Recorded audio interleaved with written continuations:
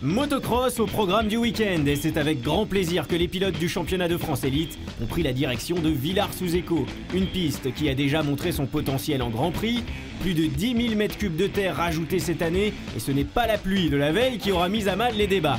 Ornière trou du vrai motocross pour cette 4e étape de l'année. Et on va débuter tout de suite avec la catégorie MX2. On voit ici Benoît Paturel qui se prépare, Dylan Ferrandis lui est en tête du championnat, son coéquipier Valentin Tellier est toujours absent, blessé à l'épaule. Alors Benoît Paturel est le pilote à craindre, avec sa Husqvarna il a signé le meilleur temps des essais. Départ pour 30 minutes et 2 tours, Dylan Ferrandis réalise le all shot. On voit le pilote Kawasaki très à l'aise, il essaie de creuser l'écart dès le premier tour. Il fait l'effort rapidement pour s'extraire du peloton. Et il va posséder rapidement 2 secondes d'avance sur Benoît Paturel, qui lui s'est débarrassé de Steven Lenoir dans les premiers tours. Simon Mallet, lui, occupe la 4e position avec sa Yamaha. Et pour compléter le top 5, une lutte débute entre Germain Jamet et Camille Chapelière. Les deux pilotes vont rouler ensemble toute la manche. Devant, les leaders s'échappent. Benoît Paturel est même revenu légèrement sur Dylan Ferrandis. Le pilote Husqvarna est dans un bon rythme mais jamais en mesure d'attaquer Ferrandis. Pour Ferrandis, parti en tête, il faut donner le tempo, une configuration de course qu'il n'avait pas connue cette année. Paturel, lui, continue de mettre la pression. Et à la 3e place, Steven Lenoir, qui roule habituellement dans le championnat anglais, fait une belle course. Manquant de rythme en début de manche, il a laissé filer les leaders mais tient ensuite une belle cadence au guidon de sa KTM pour sa première apparition sur l'élite. Et puis derrière lui, à la 4e position, c'est Simon Mallet qui fait sa plus belle course de la saison. Champion de France junior en 2011, blessé en 2012, il est en train de se positionner parmi les valeurs sûres du championnat de France MX2. Dans les dernières minutes de course, Germain Jamet sur la Kawasaki et Camille Chapelière, pilote du team Yamaha JPM, ont rejoint Simon Mallet. Ce dernier va résister. Camille Chapelière profite d'une erreur de Jamet et prendra lui la 5e place. Devant, la lutte aura duré 30 minutes. Ferrandis résiste à la pression incessante de Paturel. Le pilote Husqvarna dans les 3 derniers tours va chuter tout seul et il perd 30 secondes à redémarrer. Ce qui profite à Steven Lenoir qui prend la 2e place. Et Benoît Paturel, lui, doit se contenter de la 3e position dans cette manche. Le leader, Dylan Ferrandis, lui, a fait un sans faute et remporte sa première manche MX2 de la saison.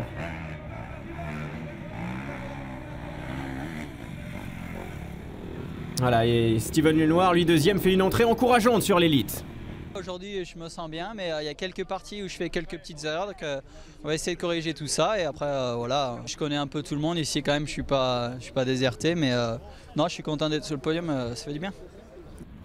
Catégorie MX1 maintenant, Milko Potisek est le nouveau leader du championnat et pour la première fois, il roulera avec la plaque rouge.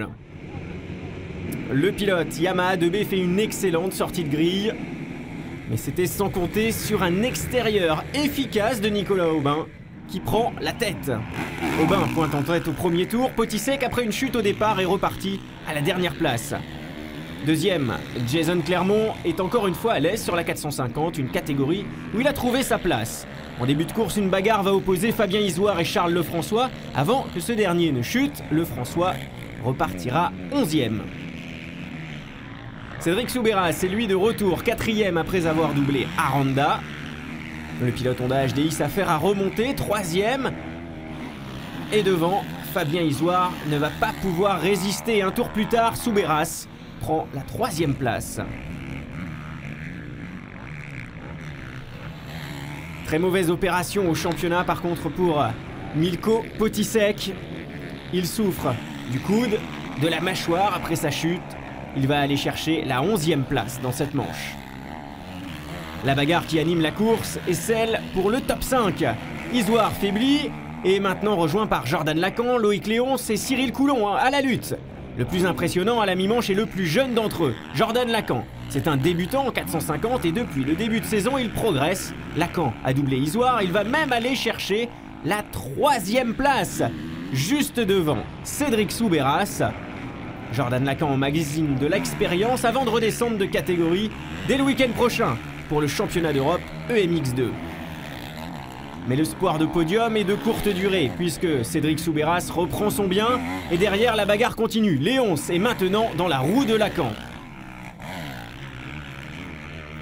Lacan n'a pas tenu dans les derniers tours et c'est donc Aranda et Léonce qui complètent le top 5. Soubeyras, lui, a réussi à s'isoler à la 3e place et ne sera pas rejoint. Jason Clermont s'illustre en 450, c'est sa meilleure performance de la saison. Une 2e place et un premier podium de manche pour le pilote breton. Le leader, Nicolas Aubin, a plus de 45 secondes d'avance. Pour sa dernière apparition en championnat de France, le pilote Honda réussit une manche parfaite. Et avec une telle avance, on se demande qui pourra aller chercher le Normand aujourd'hui.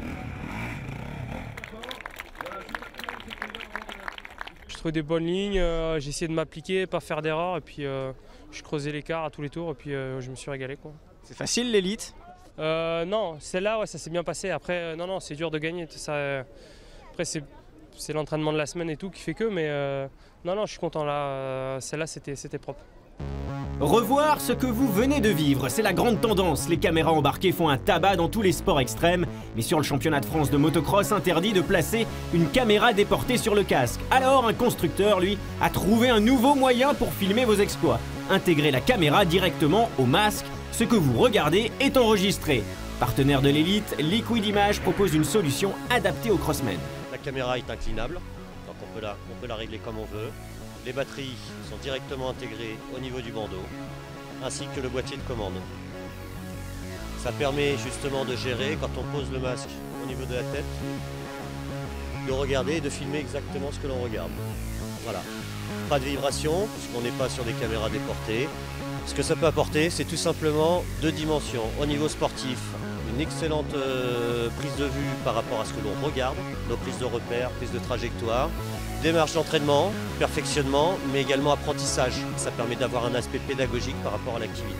On a de toute façon un masque qui est à la fois adapté pour le cross, mais également pour le ski. C'est-à-dire que les verres sont interchangeables. Pour le crossman, il va retrouver exactement les mêmes atouts, puisqu'on peut fixer les tir-off, et les tir-off sont sur le verre et sur la caméra. On est tout simplement dans la fourchette de prix de caméras déportées, qui vont à partir de 249 € jusqu'à 399,90 €. Avant de retrouver la super finale, focus sur le trophée KTM pour la qualification Nord-Est. Le top 10 du jour partira à Commercy dans la Meuse le 14 juillet pour la finale. Et il faudra suivre Damon Martens qui s'est illustré. Le pilote tourte moto sur une 250 SXF remporte les 2 manches. 2e place pour Jean-Michel Chatillon. 3e, Stéphane Rubini. Prochaine et dernière qualification pour gagner la 350 à Châteauneuf-les-Martigues le 19 mai pour les pilotes du Sud-Est. Retour sur la grille de départ pour la super finale avec Milko Potisek, positif après sa chute et sa 11e place en manche MX1. J'ai pris un coup sous le coude, mais il n'y a rien qui m'empêche de rouler, donc je suis à 100%. Et là, les 2 catégories sont mélangées. Le meilleur départ est signé Cédric Soubeyras. Le pilote HDI est un solide leader. Et derrière lui, vous allez voir, profitant de la chute d'Aranda dans le premier tour, c'est un pilote MX2, Steven Lenoir. Avec la KTM, les pilotes 250 d'ailleurs vont pour la première fois de la saison rivaliser avec les MX1. Ferrandis, le plus rapide, double Jason Clermont pour la 3e place. Et quelques virages suffiront au leader du championnat MX2 pour prendre la 2e position devant Lenoir et Clermont. Mais à la mi-course, c'est une autre menace qui va arriver. Nicolas Aubin, sur sa Honda, pointé 19e au premier tour, est revenu dans les roues de Jason Clermont, 3e. Et dans les 5 dernières minutes, le vainqueur de la manche MX1 est le plus rapide. Il a pris la 2e place et se retrouve maintenant à 7 secondes de Soubeyras. Dominateur aujourd'hui, Nicolas Aubin a offert au public une remontée sensationnelle. Le pilote Honda est inarrêtable. Difficile pour Soubeyras de résister. Et à 2 tours de l'arrivée, Nicolas Aubin a pris la première place.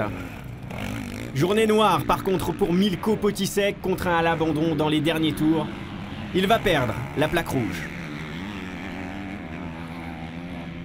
Victoire donc de Nicolas Aubin.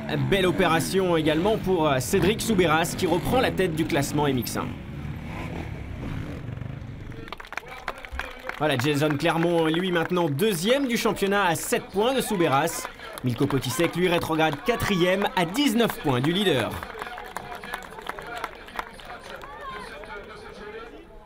J'étais reparti 4e de la Capelle.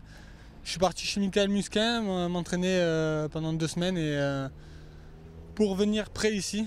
Et bah, ça marchait. Dylan Ferrandis remporte la manche MX2 et termine meilleur pilote 250 pour la 3e fois sur 3 courses cette année en super finale. Il conserve donc la tête du championnat MX2.